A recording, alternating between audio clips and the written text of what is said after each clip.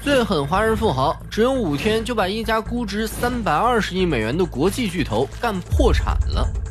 10月11日，币圈第2大交易平台 FTX 刷新了今年币圈最惨纪录，72小时60亿美元被挤兑，5天时间宣告破产，10万债权人血本无归，创始人身价从160亿美元跌到了1亿美元。软银、淡马锡、红杉资本、黑石资本、老虎环球、加拿大安大略省教师养老基金，上百家投资机构纷纷踩雷。表面上看，这似乎又是一起币圈暴雷的闹剧，但仔细梳理会发现，这背后其实是2家币圈大佬的火拼。